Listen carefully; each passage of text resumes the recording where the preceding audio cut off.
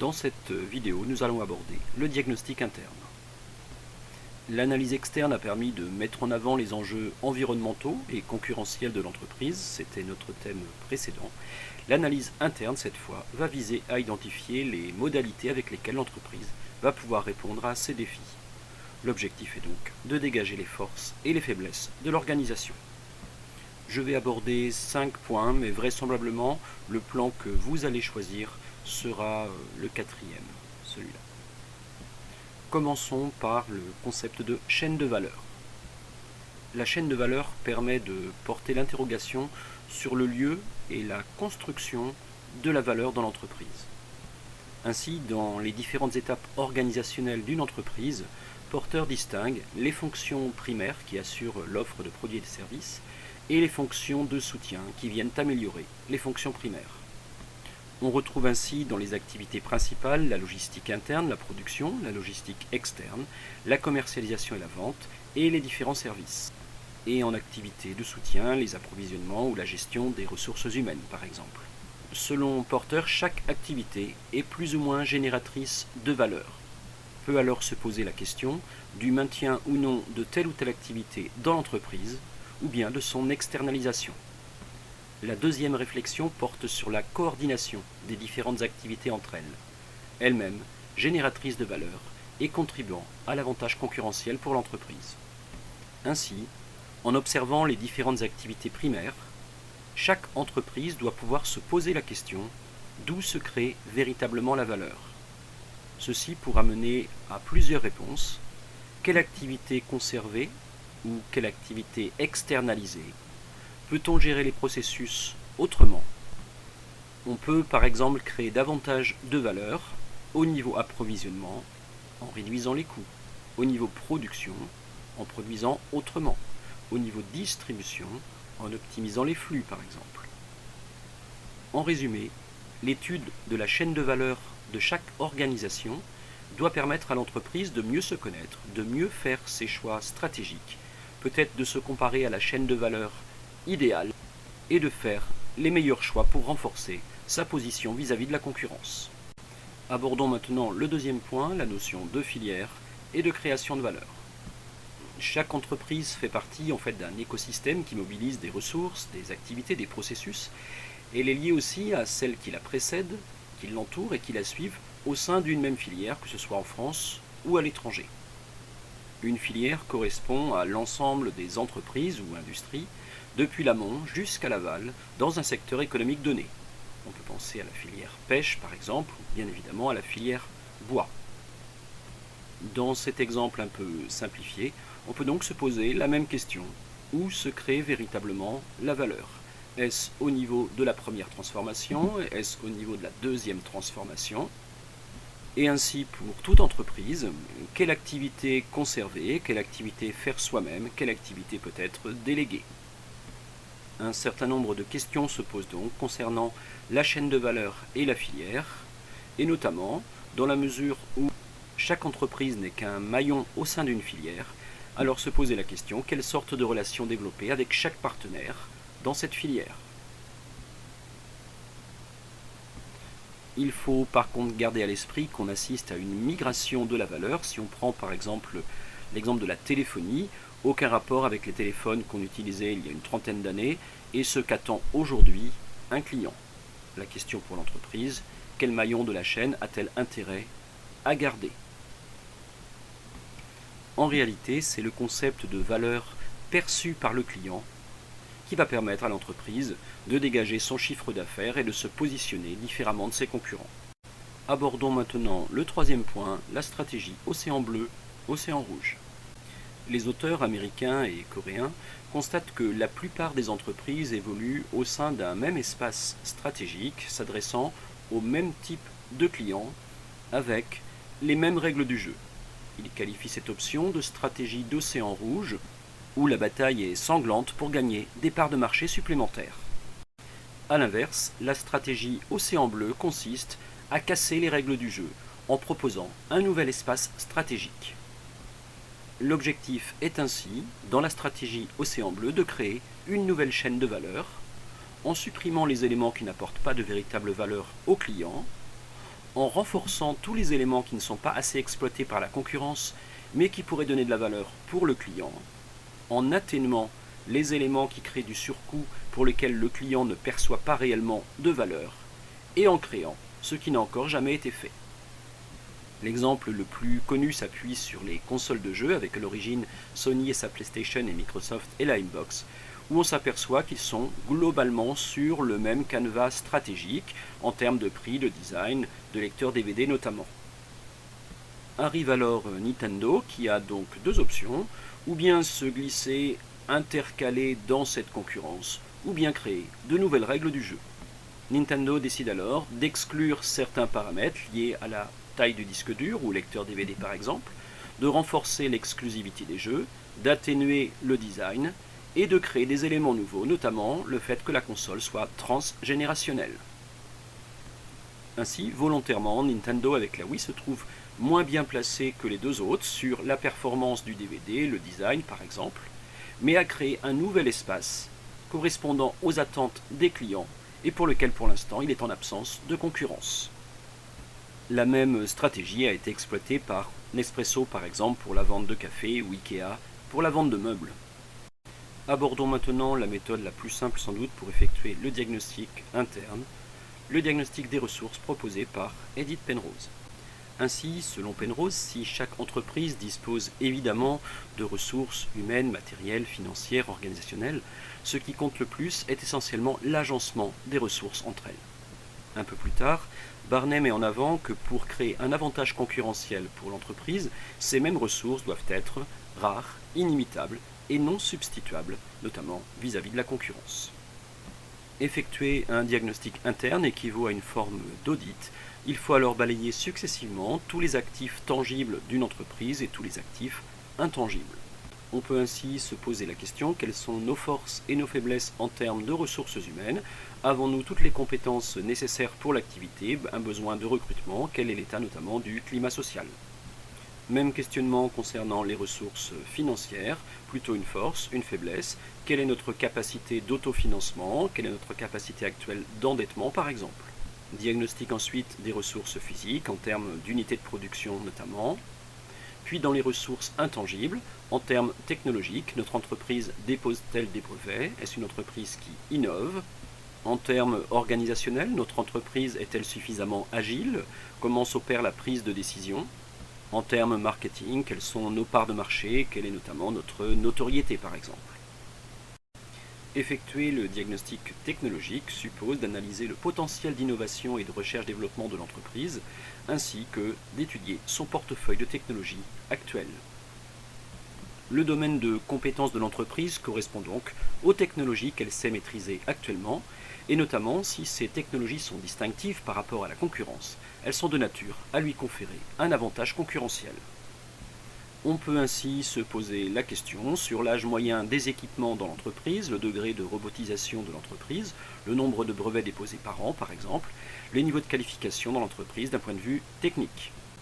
Ainsi, l'innovation est un des vecteurs principaux de croissance dans l'entreprise qui permet de lutter à la fois contre la concurrence et contre la contrefaçon.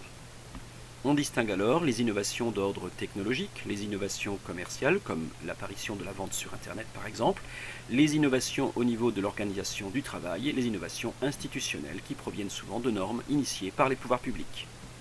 Toute entreprise peut alors innover, soit par création pure, par imitation, transposition ou par amélioration d'une innovation déjà existante. Comment faire pour disposer d'une nouvelle technologie?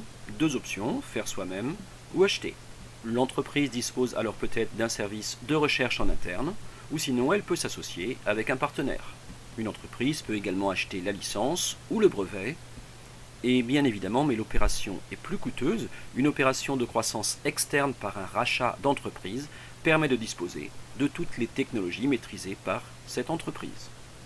Les étapes de la recherche sont en général les suivantes, recherche fondamentale, puis recherche appliquée, et enfin recherche-développement, celle qui nous intéresse au sein de l'entreprise.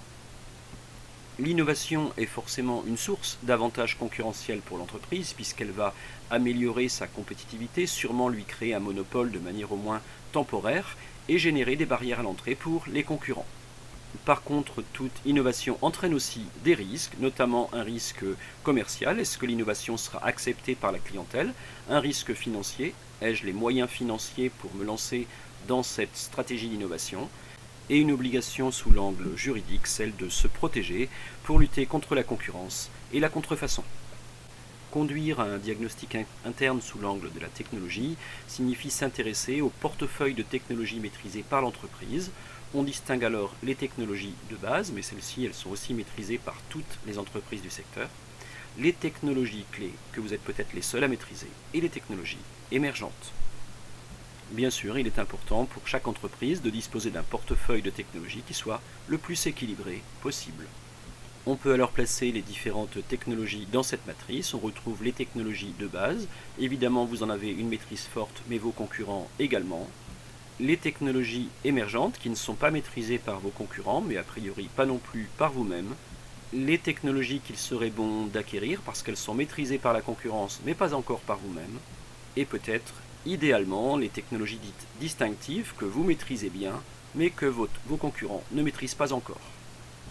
Tout comme nous l'avions vu pour les produits ou les métiers, la technologie subit aussi un cycle de vie avec une phase de démarrage, de mise au point, une phase de croissance et une phase de maturité, à partir de laquelle une nouvelle technologie embryonnaire va apparaître.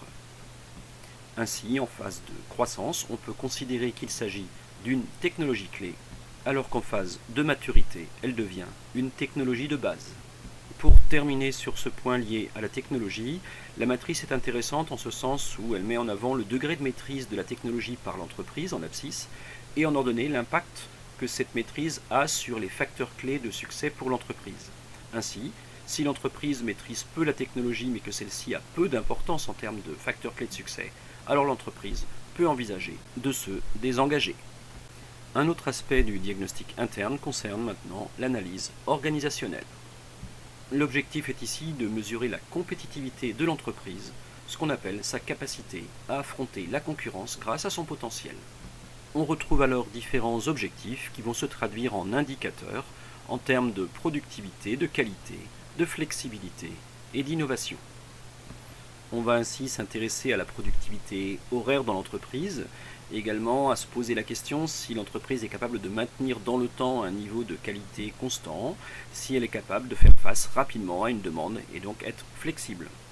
Autre paramètre qu'il peut être bon d'étudier lorsque l'on fait un diagnostic interne de l'entreprise, sa structure, la culture d'entreprise et le style de management pratiqué. Comment l'entreprise est-elle organisée? Est-ce une structure pyramidale? Est-ce qu'une structure par projet par exemple? Combien y a-t-il de niveaux hiérarchiques? Comment fonctionne la remontée de l'information? Délègue-t-on dans l'entreprise? Comment se prennent les décisions? Quel est le profil du dirigeant de l'entreprise? On ne gère pas de la même façon lorsqu'on a fait une école d'ingénieur ou lorsqu'on sort d'une école de commerce. Quel est son âge? Quel est l'âge moyen dans l'entreprise? Sa capacité à diriger, son aptitude au commandement par exemple. Quelles sont les valeurs clés? Quelle est la culture de l'entreprise? Considérez que parfois ce peut être un frein au changement dans certaines entreprises. On a évoqué comme indicateur la notion de flexibilité préalablement. Il faut alors distinguer la flexibilité technique interne qui consiste à pouvoir rapidement adapter l'outil de production en fonction des besoins de l'entreprise et la flexibilité technique externe qui se traduit souvent par un recours à la sous-traitance, soit pour des raisons de manque de capacité, soit pour des raisons de manque de spécialité. Autre variable à intégrer dans l'étude du diagnostic interne, le potentiel humain de l'entreprise. On peut alors mener l'étude de manière quantitative avec le nombre de personnes par âge, sexe, ancienneté ou qualification, ou alors par une approche plus qualitative en termes de compétences notamment. Bien sûr, toute entreprise se doit de mener une politique de gestion prévisionnelle de l'emploi et des compétences adaptées pour favoriser sa croissance. Intéressons-nous maintenant au potentiel financier de l'entreprise. Il s'agit cette fois d'étudier le bilan et le compte de résultat de l'entreprise pour mettre en avant ses forces et ses faiblesses. On peut notamment calculer quel est le besoin en fonds de roulement de l'entreprise. Dispose-t-elle alors d'un fonds de roulement suffisant pour couvrir ce besoin en fonds de roulement? La structure financière de l'entreprise est-elle suffisamment solide? Quelle est ma capacité d'autofinancement? Quelle est ma capacité aussi à emprunter à partir de mon endettement actuel? quel est le bénéfice dégagé, quelle est la rentabilité des capitaux investis et comment évolue notamment la valeur de mon action en bourse. J'en profite au travers de cette diapo pour rappeler les modalités de financement possibles d'une entreprise. Elles peuvent toutes se financer soit sur fonds propres à partir de leur autofinancement. Par autofinancement, il faut comprendre le bénéfice des années précédentes, augmenter les amortissements et des provisions, ce sont des ressources qui leur appartiennent. L'entreprise peut également décider d'augmenter son capital en émettant des actions nouvelles. Une entreprise peut également se financer par endettement, en allant sur les marchés financiers pour émettre à long terme des obligations ou à court terme un billet de trésorerie, et bien évidemment avoir recours à son banquier. Seul le premier mode correspond à un financement interne, alors que les trois autres sont du financement externe. Les trois premiers, c'est une finance directe, seul le dernier est une finance intermédiaire. Un deuxième rappel vu dans le cours d'analyse financière, le concept de fonds de roulement et de besoin en fonds de roulement. Ainsi, si on retrace les opérations d'exploitation d'une entreprise sur un cycle, à un moment donné, on a des achats de matières premières qui vont sûrement faire l'objet d'un stockage avant d'être transformés en produit fini, lequel fera encore l'objet d'un stockage avant d'être vendu aux clients. Traçons maintenant parallèlement l'axe financier. Vous allez sans doute payer vos fournisseurs avec un temps de décalage par rapport à l'achat, de même que vos clients vont sans doute vous payer avec un temps de décalage par rapport au moment de la vente. Le segment rouge, qui représente l'espace entre ces deux temps, porte un nom technique en gestion. Il correspond bien sûr aux besoins en fonds de roulement de toute entreprise. Ainsi, toute entreprise a un besoin de fonds de roulement, c'est-à-dire un besoin de trésorerie, parce qu'elle doit financer ses stocks, financer le crédit qu'elle accorde à ses clients. Mais en même temps, ce besoin est un peu diminué, parce que les fournisseurs eux-mêmes vont nous accorder un délai. À la question « Comment pourrait-on diminuer le besoin en fonds de roulement ?», 3 réponses. On peut à la fois stocker moins et accélérer la durée de rotation des stocks, faire en sorte que nos clients payent plus tôt, donc raccourcir le crédit client, et à l'inverse, allonger, si on peut, le crédit fournisseur. Un dernier rappel d'analyse financière au travers de l'étude du bilan d'une entreprise, en regardant bien les codes couleurs, la couleur rouge, gauche et droite, la couleur orange ici, à l'actif et au passif. On peut faire apparaître les 3 indicateurs classiques. Le fonds de roulement, qui est la différence entre les ressources stables de l'entreprise, composées de ses capitaux propres, de ses amortissements et provisions, et des dettes financières à long terme, comparativement aux emplois stables, qui sont tout son actif immobilisé brut.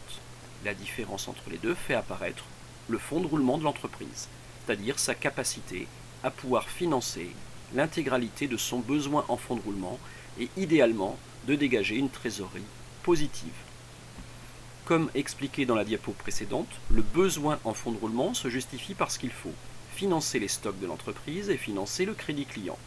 Mais ce besoin est allégé parce que les fournisseurs eux-mêmes vont nous accorder un délai.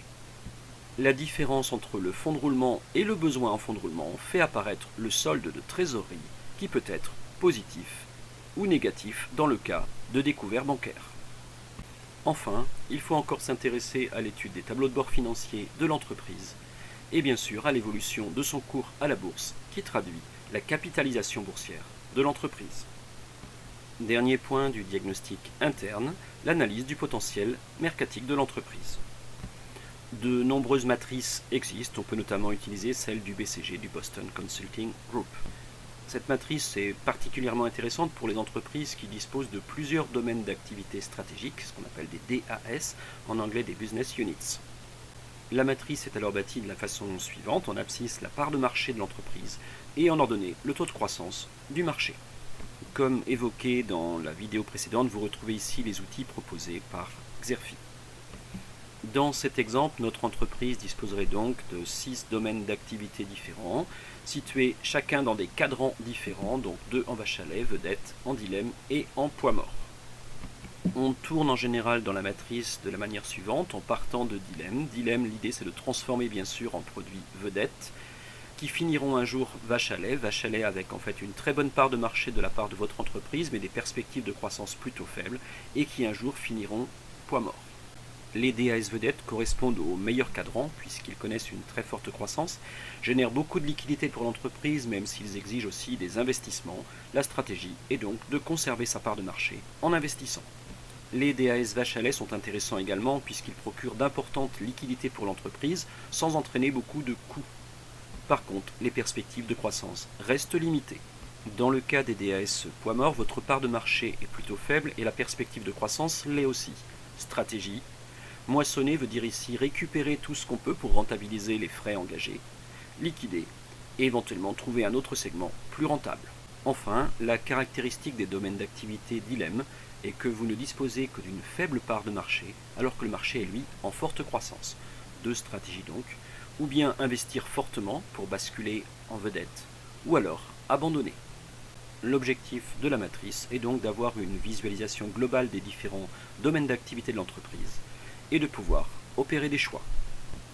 Dans cet exemple, plutôt ancien il est vrai, de Fleury-Michon, l'entreprise dispose de 6 domaines d'activité stratégiques différents, l'essentiel étant autour de la charcuterie préemballée en libre service, qui fait l'essentiel du chiffre d'affaires de l'entreprise, mais classé dilemme. On remarque que l'entreprise à l'époque n'a aucun DAS classé en vache à lait. Autre façon de conduire un diagnostic interne, l'approche par les compétences. L'approche de Michael Porter se focalise plutôt sur les domaines d'activité stratégique d'une entreprise, donc plutôt une vision à court terme, alors que l'approche de Prahalad se base plutôt sur les compétences clés de chaque entreprise, donc une vision plutôt à long terme. Par compétence, il faut comprendre ce que je peux faire de mes ressources par combinaison et du fait d'un effet d'expérience et d'apprentissage. Ainsi, selon Prahalad, les compétences sont les racines de la compétitivité d'une entreprise. C'est parce que l'entreprise dispose de compétences distinctives qu'elle peut se différencier de la concurrence. Ces compétences distinctives sont alors mobilisables dans différents domaines d'activité, difficiles à imiter par la concurrence et génératrices de valeur pour le client. Selon ces auteurs, les compétences sont en fait les processus au travers desquels les ressources de l'entreprise vont être combinées. En résumé, toute entreprise dispose de ressources tangibles et intangibles qui sont à tout moment coordonnées, combinées, qui font l'objet au fil du temps d'un effet d'apprentissage et d'expérience et qui vont donc générer des compétences. Et ainsi, la capacité à fournir une offre de biens ou de services à la clientèle. Voilà, cette diapo termine le diagnostic interne. Le troisième, le prochain, sera consacré à la stratégie des entreprises.